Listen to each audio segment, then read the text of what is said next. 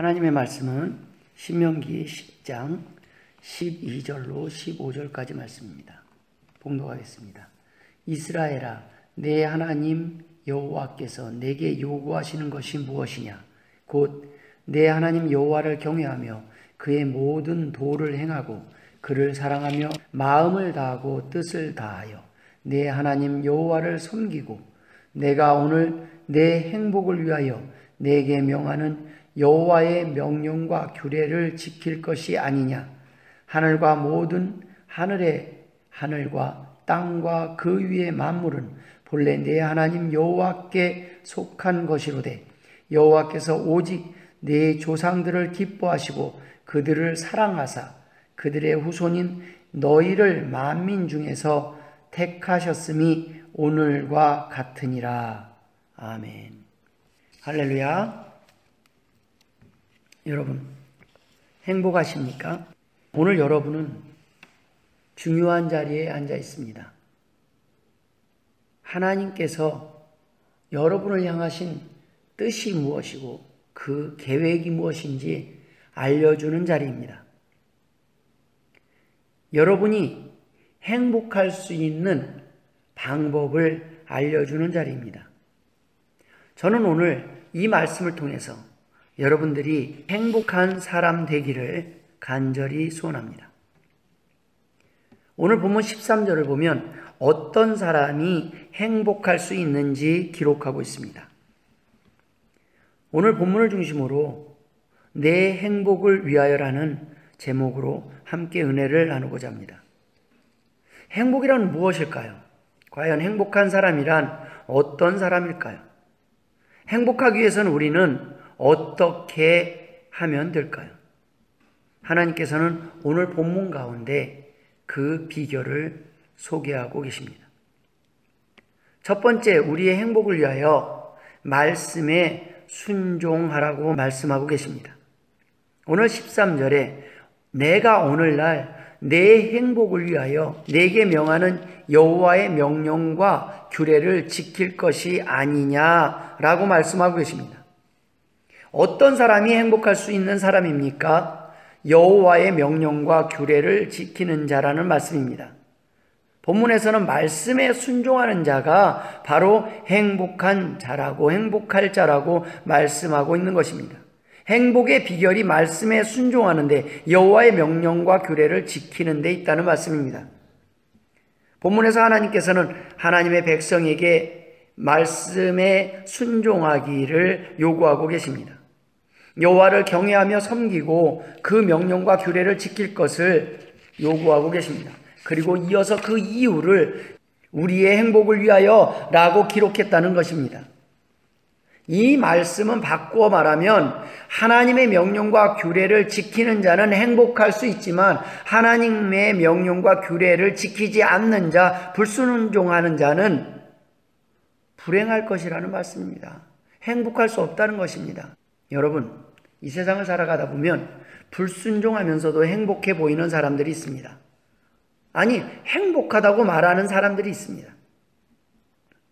그러나 본문이 말하는 행복한 사람은 불순종하는 자의 잠깐의 행복을 말하는 것이 아닙니다. 하나님의 명령에 순종하는 자가 누릴 참된 행복, 영원한 행복을 말하고 있는 것입니다. 여러분은 행복하십니까? 행복하다면 과연 여러분은 어떤 행복을 소유한 사람입니까? 하나님의 명령을 순종할 때 행복하다고 느끼는 사람입니까? 아니면 불순종할 때 행복한 자입니까? 오늘 본문을 보면 우리가 행복하냐 안 하냐, 행복한 감정을 느끼고 있느냐 안 느끼고 있느냐의 문제가 아니라는 말씀입니다. 여러분이 가진 행복은 어떤 행복이냐는 것입니다. 어떨 때 행복하다고 느끼냐는 것입니다. 섬길 때 행복하십니까? 아니면 섬김을 받을 때 행복하십니까? 사랑을 할 때 행복하십니까? 아니면 사랑을 받을 때 행복하십니까? 여러분, 부모는 여러분의 자녀를 위해서 밥상을 차릴 때 힘들면 매일 아침 차릴 수가 없습니다. 몸은 힘들지만 부모에게 행복은 여러분 자녀의 목구멍에 맛있는 것이 들어갈 때임을 믿으시길 주의 이름으로 축원드립니다. 여러분, 부모가 돼본 사람은 압니다. 내가 먹는 것보다 내가 좋아하는 것을 자녀에게 먹이고 싶은 것이 부모의 마음이라는 것입니다. 자녀가 행복하기를 원하는, 자녀가 행복한 모습을 바라보는 그 부모는 더 행복합니다. 사랑을 할 때 더 행복하다는 말씀입니다. 사랑을 받을 때보다 사랑할 때 더 행복한 그 부모는 지치지 않습니다. 그러한 사랑은 식지 않는다는 말씀입니다. 자녀가 짐이 아니라 힘이라는 말씀입니다. 십자가를 질 때 행복한 자입니까? 아니면 십자가를 내려놓을 때, 십자가를 피해갈 때 행복한 자입니까? 헌신할 때 행복한 자입니까? 아니면 헌신을 피했을 때 행복한 자입니까? 하나님의 명령은 성경에 기록되어 있습니다. 성경 전체에 기록된 하나님의 명령은 하나입니다. 사랑하라입니다. 사랑하되 그 대상이 둘인데 하나는 하나님이요, 또 하나는 우리의 이웃입니다. 가족과 부모, 형제, 친구, 민족, 그 모든 나를 제외한 나머지 모든 사람이 바로 사랑할 대상이라는 말씀입니다. 부모를 사랑하는 것은 부모님의 말씀에 순종하는 것입니다. 배우자를 사랑하는 것은 배우자의 말에 경청하는 것입니다. 하나님을 사랑하는 것은 하나님의 말씀에 순종하는 것입니다. 하나님의 말씀에 순종하는 것이 가장 귀한 예배자임을 성경이 기록하고 있습니다. 사무엘이 가로되 여호와께서 번제와 다른 제사를 그 목소리 순종하는 것을 좋아하심같이 좋아하시겠나이까? 순종이 제사보다 낫고 듣는 것이 수양의 기름보다 나으니라. 부모에게 돈을 많이 보내주는 것도 중요합니다. 그러나 더 중요한 것은 부모의 말에 순종하는 것입니다. 순종이 제사보다 낫고 듣는 것이 수양의 기름보다 낫다고 말씀하고 있습니다. 하나님의 말씀에 대해서 순종하는 것이 곧 하나님을 사랑하는 것입니다. 믿으십니까? 하나님은 순종하는 자의 예배를 기뻐하십니다. 순종하는 자의 제사를 기뻐하십니다. 예배 가운데 말씀을 통해 하나님의 뜻을 알고 순종하는 자의 그 제사를 받으시고 그 예배를 받으신다는 것입니다. 하나님은 이러한 예배자를 기다리고 이러한 참된 예배자로 우리를 부르신다는 말씀입니다. 또 다른 명령은 이웃을 사랑하라는 것입니다. 성도들이 이웃을 위해 베풀 수 있는 가장 큰 사랑이 무엇입니까? 그것은 그의 영혼을 구원받게 하는 것입니다. 이웃을 향한 가장 큰 사랑은 전도입니다. 하나님께 순종하면 행복합니다. 바로 그 행복을 나누는 삶이 전도자의 삶이라는 말씀입니다. 하나님은 우리를 먼저 행복하게 하신 이유는, 우리가 행복하길 바라시는 이유는 우리가 하나님 안에서 행복의 비결을 찾아 누리며 그 행복의 비결을 자신만 가질 수 없어서 다른 사람에게 전하기를 원하신다는 말씀입니다. 바로 두 번째, 하나님께서 원하시는 것은 함께 말씀에 순종하기를 원하신다는 것입니다. 혼자만이 행복의 비결을 알고 혼자만이 말씀에 순종하며 살아가는 삶이 아니라 누군가와 함께 그 말씀에 순종하며 함께 그 행복을 누리며 살아가기를 원하신다는 것입니다. 오늘 본문 15절에 여호와께서 오직 내 열조를 기뻐하시고 그들을 사랑하사 그 후손 너희를 만민 중에서 택하셨음이 오늘날과 같으니라. 복수입니다.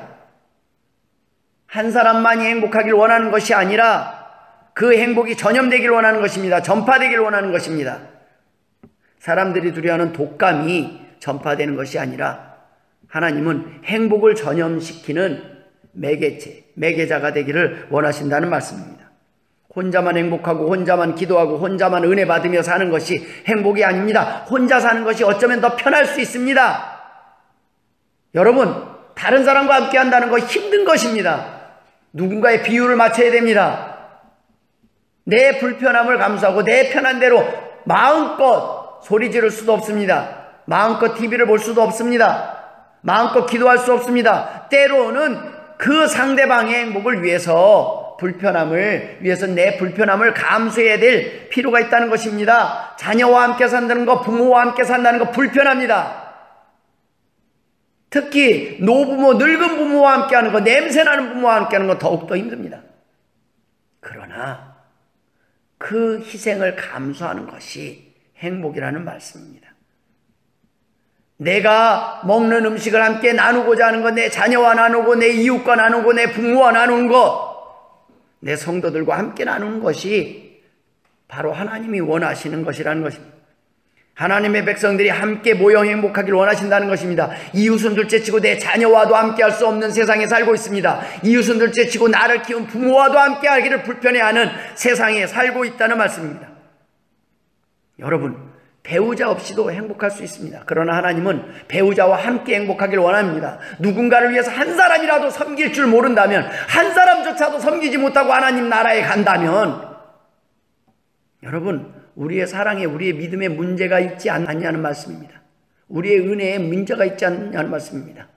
자기가 받은 은혜를 사용을 못하는 겁니다. 칼을 갈고 닦고 매일 칼을 갈면 뭐합니까? 그 칼을 써먹지 못하고 무조차도 자르지 못하고 그 칼을 장식용으로만 놔둔다면 그 칼을 갈고 연다는 목적이 어디에 있냐는 말씀입니다. 은혜를 받으면 은혜를 받은 목적이 있고 하나님께서 우리에게 은혜를 끼치고 우리에게 말씀을 주시고 우리를 행복하게 하신 데에는 이유가 있다는 말씀입니다. 거기서 끝나기를 원치 않다는 말씀입니다. 여러분, 혼자보다는 둘이 낫기 때문에 하나님은 여자를 창조하셨습니다. 배우자 없이도 행복할 수 있습니다. 그러나 함께, 배우자와 함께 행복하는 방법에 여러분 관심을 갖기를 원합니다. 둘이 함께하는 방법에 자신감이 생기면 여러분 셋이 함께하는 방법에도 어렵지 않게 나아갈 수 있을 것입니다. 세상을 향해서 나아갈 수 있을 것입니다. 다른 사람과 함께하는 것이 두렵지 않을 것입니다. 다른 사람을 위해서 나를 희생하고 나의 불편함을 감수하는 것이 기쁠 수 있다는 말씀입니다. 배우자와 함께 예배하고 함께 기도하고 함께 사랑하며 행복하기를 하나님은 원하십니다. 우리 가족만 행복하게 사는 것도 중요하지만 하나님의 백성들이, 더 많은 사람들이 함께 모여 하나님 앞에 감사하며 행복하게 살아가기를 원하시는 것이 하나님의 뜻이라는 말씀입니다. 그들을 사랑하사 너희를 만민 중에 택하셨다고 말씀하고 있습니다. 혼자가 아닙니다. 나만 행복하고 내 가족만 행복하기를 원하시는 것이 아니라 하나님의 백성들이 함께 모여서 행복하기를 원하십니다. 행복이 머무르는 사람이 아니라 행복을 전염시키는 사람이 되기를 원하신다는 말씀입니다. 참된 행복은 참된 사랑을 함께 나누는 것입니다. 멈춰 있는 것이 아닙니다. 멈춰 있을 수 없는 것입니다. 내가 예수 그리스도의 그 은혜를 경험했다면 멈춰 있을 수 없다는 것입니다. 그 사랑을 경험했다면 전할 수밖에 없다는 말씀입니다. 나 혼자만 좋은 곳을 아는 것이 아니라 그 좋은 곳에는 누군가와 함께 가야 합니다. 사랑하는 사람, 친한 사람, 가까운 사람이 좋은 곳에 함께 있으면 더 행복하지 않습니까?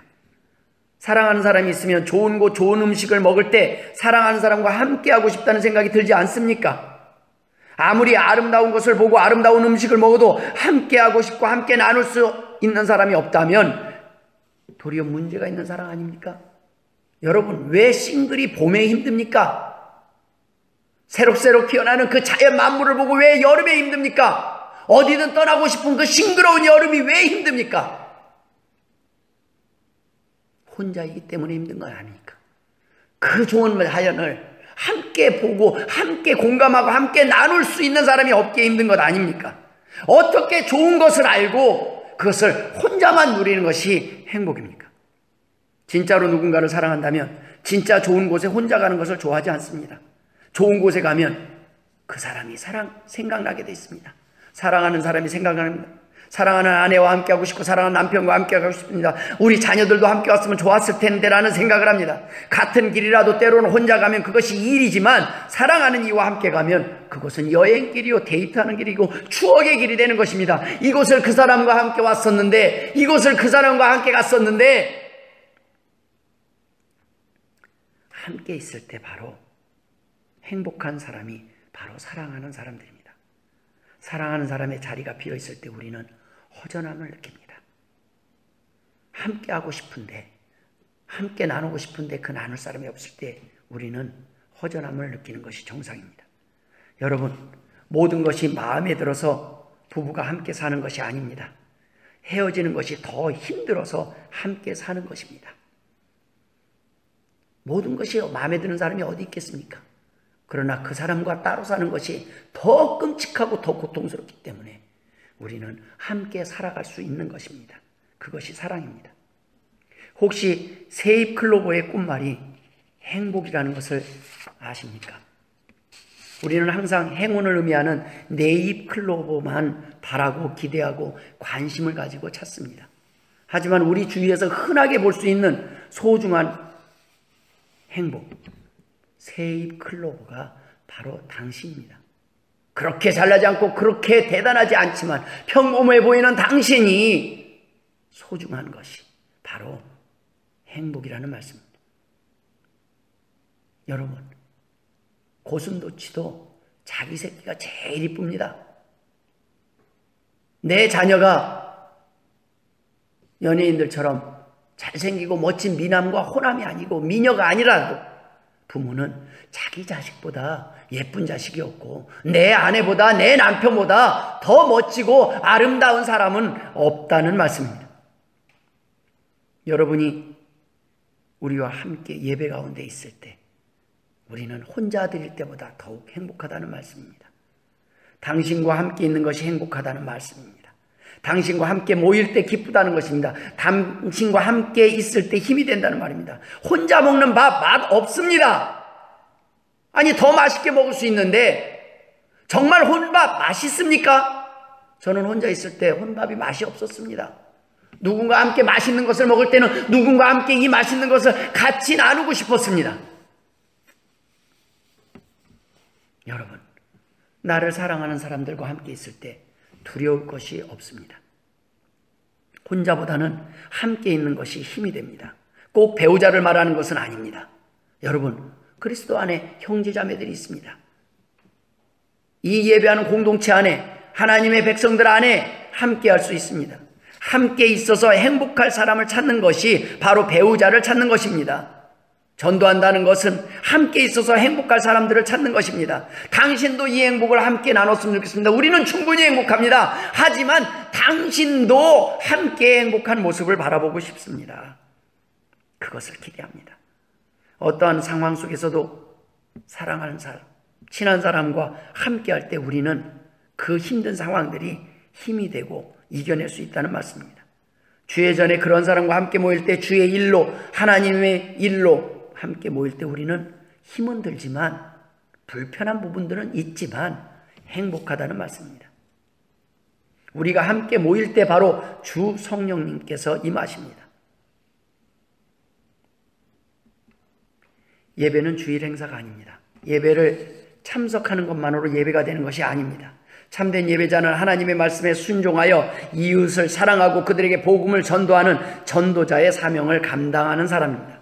그 전하는 목적이 그들이 행복하길 바라는 마음에서 시작되기 때문입니다. 예배 공동체는 사랑을 실천하는 곳입니다. 복음을 전하기 위해 모인 곳이라는 말씀입니다. 이를 위해 훈련받고 공동체의 사랑을 삶을 통해 실천하는 곳이 하나님께서 원하는 예배 공동체라는 말씀입니다. 하나님이 원하는 행복 공동체라는 말씀입니다. 너무나 많은 유혹이 있는 시대에 살고 있기 때문에 성경은 때가 갈수록 더욱 모이기를 힘쓰라고 명령하고 있습니다. 사도행전 2장 46절 47절에는 날마다 마음을 같이하여 성전에 모이기를 힘쓰고 집에서 떡을 떼며 기쁨과 순전한 마음으로 음식을 먹고 하나님을 찬미하며 또 온 백성에게 칭송을 받으니 주께서 구원받는 사람을 날마다 더하게 하시니라. 아멘. 여러분, 사람들은 부흥하기를 원하지만 그 부흥의 비결이, 그 전제가 모이기를 힘쓰며 집에서 떡을 떼며 기쁨과 순전한 마음으로 음식을 먹는 이러한 삶이 전제가 되고 있다는 것입니다. 하나님을 찬미하며 또 온 백성에게 칭송을 받는 삶이 전제가 되고 있다는 말씀입니다. 먼저 내가 행복한 것이 전제가 되고 있는 것입니다. 내가 은혜 받는 것 중요합니다. 그러나 은혜는 거기서 머무르지 않는다는 것입니다.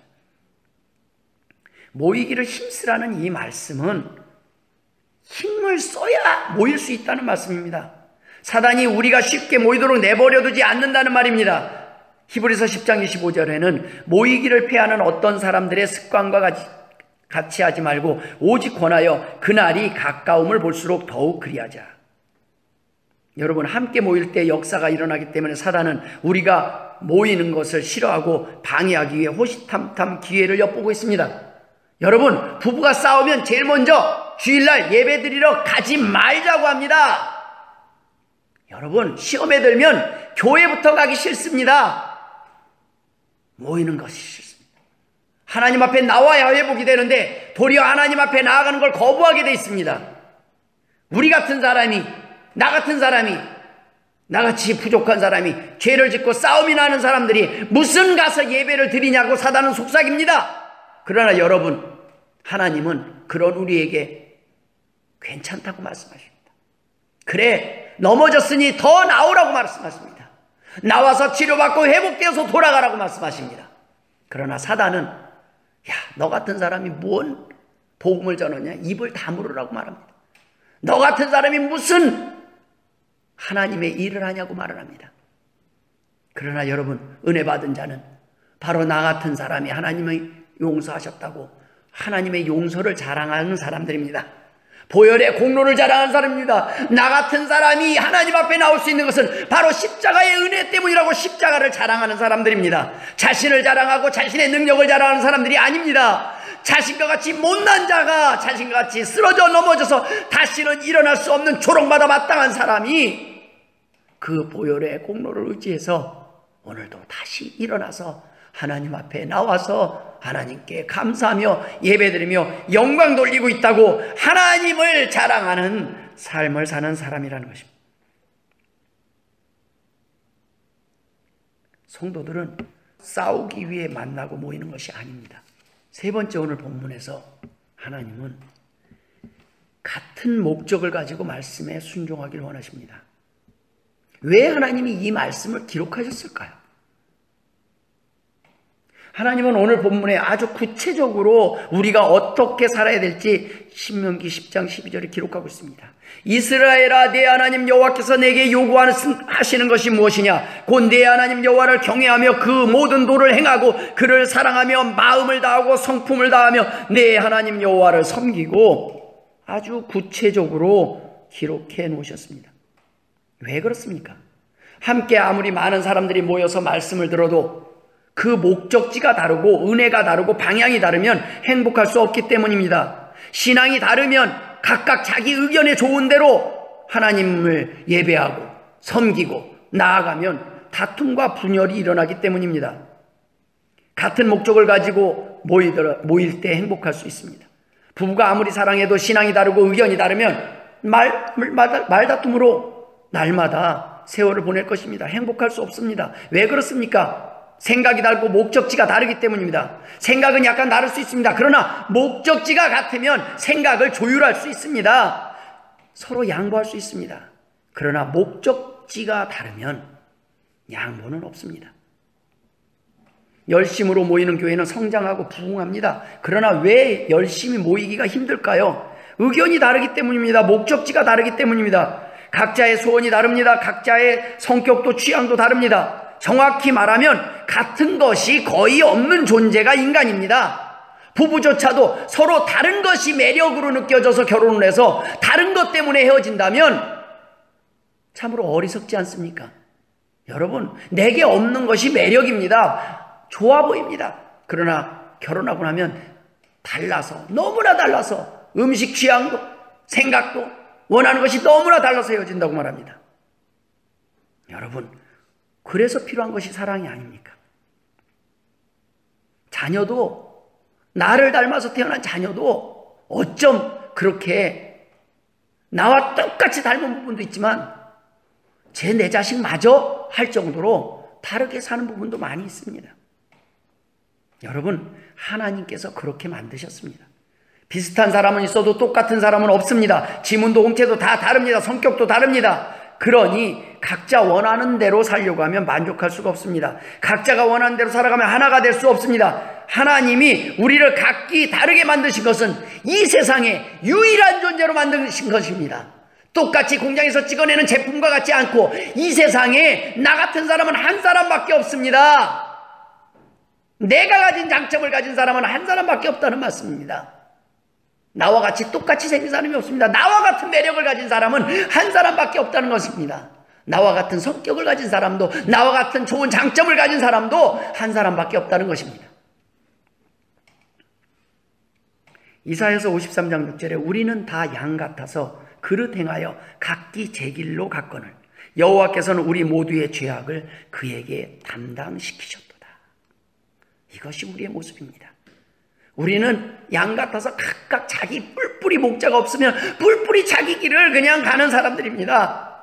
그러나 우리의 이런 단점을 아시고 앞으로도 쓰러질, 이전의 죄뿐만 아니라 앞으로도 죄를 지을 수밖에 없는 존재임을 아시고 하나님은 단번에 우리의 모든 죄 문제를 해결하셨다는 말씀입니다. 그것이 하나님의 사랑입니다. 하나님의 자녀들은 아버지 하나님께서 원하시는 방향과 목적으로 통일돼야 행복합니다. 고린도전서 10장 30절에 그런즉 너희가 먹든지 마시든지 무엇을 하든지 다 하나님의 영광을 위하여 하라고 말씀하고 있습니다. 우리의 모든 행동의 목적, 삶의 목적은 하나님의 영광을 위하여라는 목적에 다 같이 공감하고 한 방향을 향해 나아가야 된다는 말씀입니다. 열심으로 모이는 것만 가지고는 안 됩니다. 새로운 좋은 배우자를 만나는 것까지 해서는 해결될 수 없습니다. 곧 다르다는 것을 알고 곧 여러 가지 문제점을 파악하고 여러 가지 불편함을 발견하고 헤어질 수 있습니다. 목적지가 다릅니다. 자기만의 목적지들이 있습니다. 자기만을 위하기를 원합니다. 자기만을 배려해 주기를 원합니다. 그런 이기적 목적 때문에 우리는 함께 하나 될 수가 없습니다. 그러나 여러분, 공통된 목적, 하나님의 영광을 위하여, 하나님의 말씀을 위하여 순종하는 것으로 목적지를 하나로 하면 하나님을 사랑하기 위해서 하나님이 원하는 뜻대로 순종하다 보니까 내 힘든 것을 양보합니다. 내가 불편하지만 내 배우자의 불편함들을 감수할 수 있는 능력이 생기는 것입니다. 사랑이 생기는 것입니다. 서로 같이 하나 되어 살 수 있는 해결점을 찾을 수 있다는 말씀입니다. 같은 목적을 가지고 모여야 합니다. 같은 방향으로 나아가야 합니다. 하나님이 세우신 리더의 방향대로 한 방향으로 나아가야 합니다.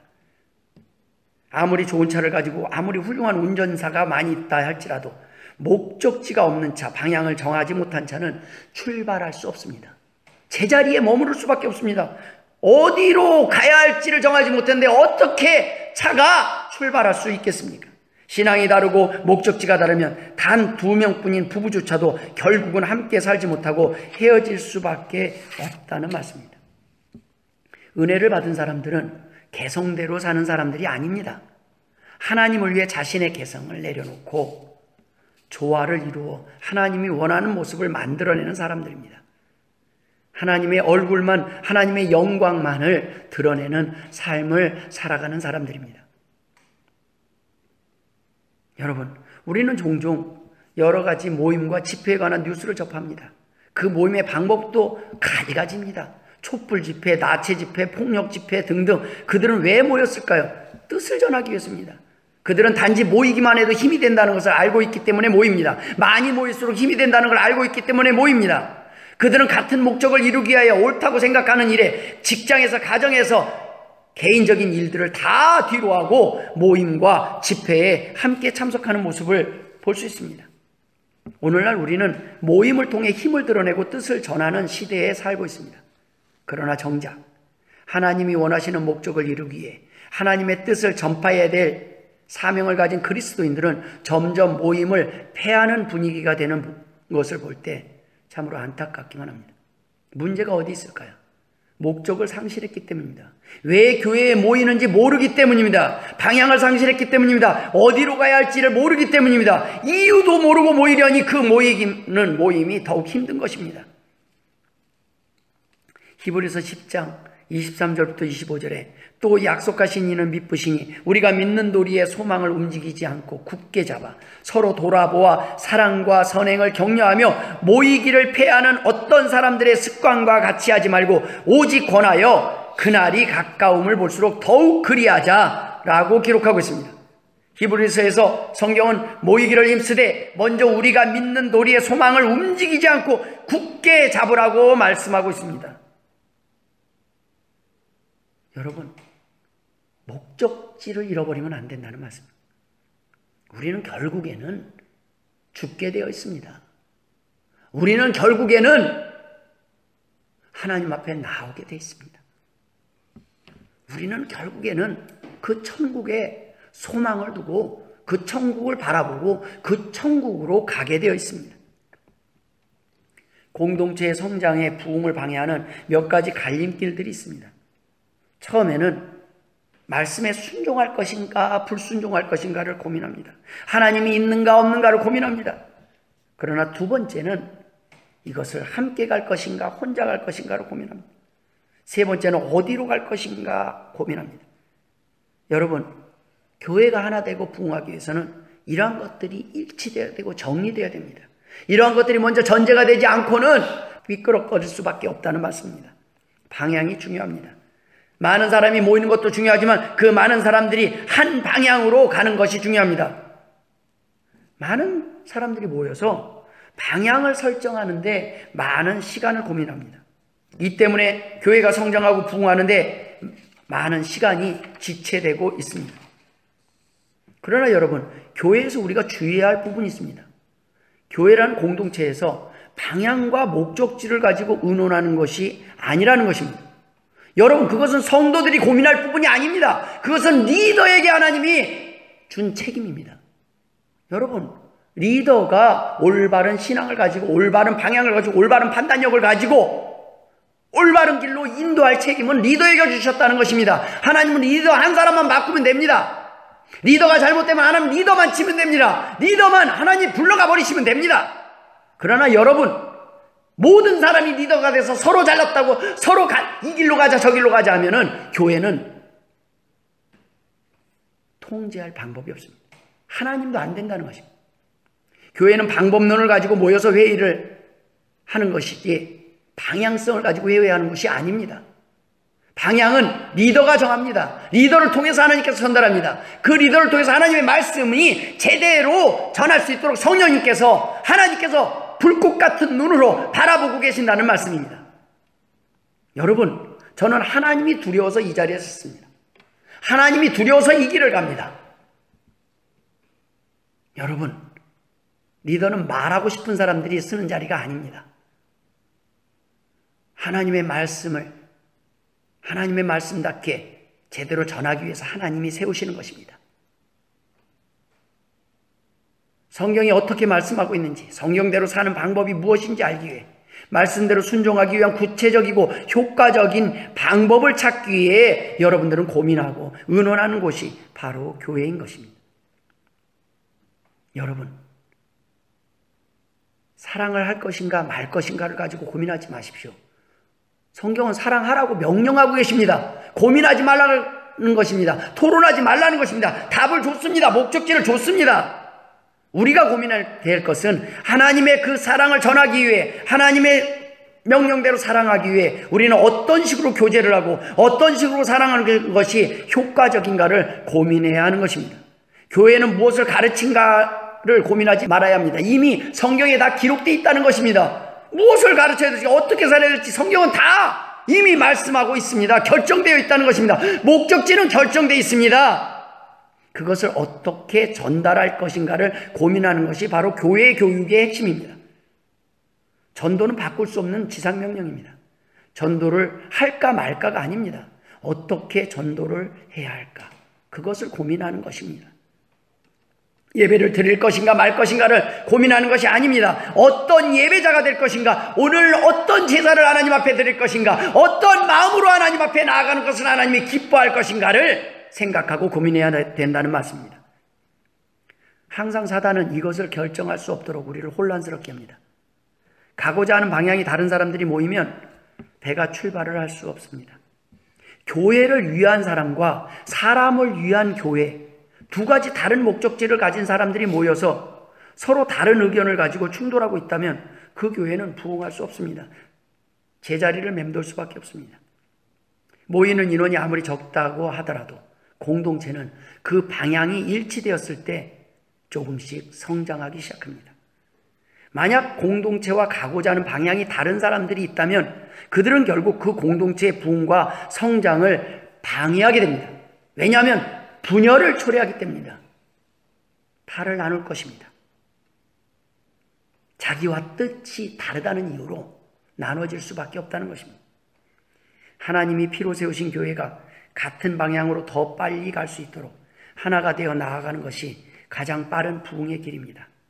하나님의 소원을 위해 함께 모이기를 기뻐하는 공동체가 바로 행복한 공동체여 부흥하는 공동체라는 말씀입니다. 말씀을 마무리 짓고자 합니다. 오늘 이 말씀을 듣는 주의 성도들이 말씀에 순종하는 일에 하나가 되어서 함께 같은 방향으로 나아가는 행복한 공동체로 태어나기를 소원합니다. 같은 방향으로 나아가길 소원합니다. 자신을 위한 교회의 모습을 요구하기에 앞서 자신을 위한 목회자의 모습을 요구하기에 앞서 교회를 위한 지체들이 될 때, 하나님을 위한 지체들이 될 때 우리에게 행복의 길이 열려 있음을 믿으시길 바랍니다.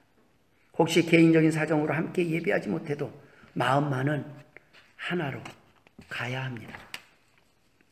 여러분, 마음이 같은 사람들은 오래될수록 더 보고 싶지만 마음이 멀어진 사람은 가까이 있어도 보기 싫은 것입니다. 저는 여러분과 마음을 같이 해서 함께 가길 소원합니다. 하나님께서 세우신 교회의 리더들에게, 목회자들에게 적극적으로 순종하며 함께 모여 협력하기를 기뻐하는 공동체가 될 때 더욱더 아름다운 모습으로 교회가 성장하고 부흥하는 행복한 공동체가 될 줄 확신합니다. 여러분, 저 또한 온전한 사람이 아닙니다. 여러분, 제가 바르게 말씀을 전할 수 있도록 저를 위해 기도해 주시길 부탁드립니다. 제가 잘 나가다가 잘못된 길로, 이단의 길로, 교만한 길로 빠지지 않도록 저를 위해 기도를 부탁드립니다. 혹시 제가 전하는 말씀이 여러분 마음에 들지 않더라도 하나님께서 원하는 올바른 말씀을 전할 수 있도록 저를 위해 기도를 부탁드립니다. 저는 제가 하나님이 원하지 않는 말씀을 전하게 되는 것보다 차라리 하나님이 저를 이 자리에서 폐하길 원합니다. 여러분, 다른 죄는 다 용서받아도 영혼을 지옥의 길로, 멸망의 길로 인도하는 선지자는 하나님 앞에서, 심판대 앞에서 가장 큰 책망을 받음을 알고 있기 때문입니다. 두렵고 떨림으로 날마다 이 자리에 섭니다. 말씀을 준비하고 전합니다. 하나님께서 제 어리석음을 막으시고 성령님께서 역사하셔서 여러분에게 살이 되고 행복한 길로 인도하는 말씀만 전하기를 소원하며 바랄 뿐입니다. 저를 위해 기도 부탁드립니다. 저의 연약함이 있거들랑, 저의 연약함이 보이거들랑 저를 위해 기도해 주시길 바랍니다. 기도하겠습니다. 하나님 아버지, 은혜를 감사드립니다. 오늘도 귀한 말씀 저를 통해서 저와 모든 성도들에게 전해주심을 감사드립니다. 이 말씀대로 하나님이 원하는 삶, 하나님이 원하는 목적지대로 살아가게 하여 주옵소서. 이제는 우리 구주 예수 그리스도의 은혜와 아버지 하나님의 극진하신 사랑하심과 성령님의 감화 감동 역사 충만하심이 오늘도 하나님의 말씀을 통하여 행복하기를 원하는 주의 공동체와 이 땅의 주의 백성들과 주의 자녀들 머리 위에 이제로부터 영원토록 함께 있을지어다. 아멘.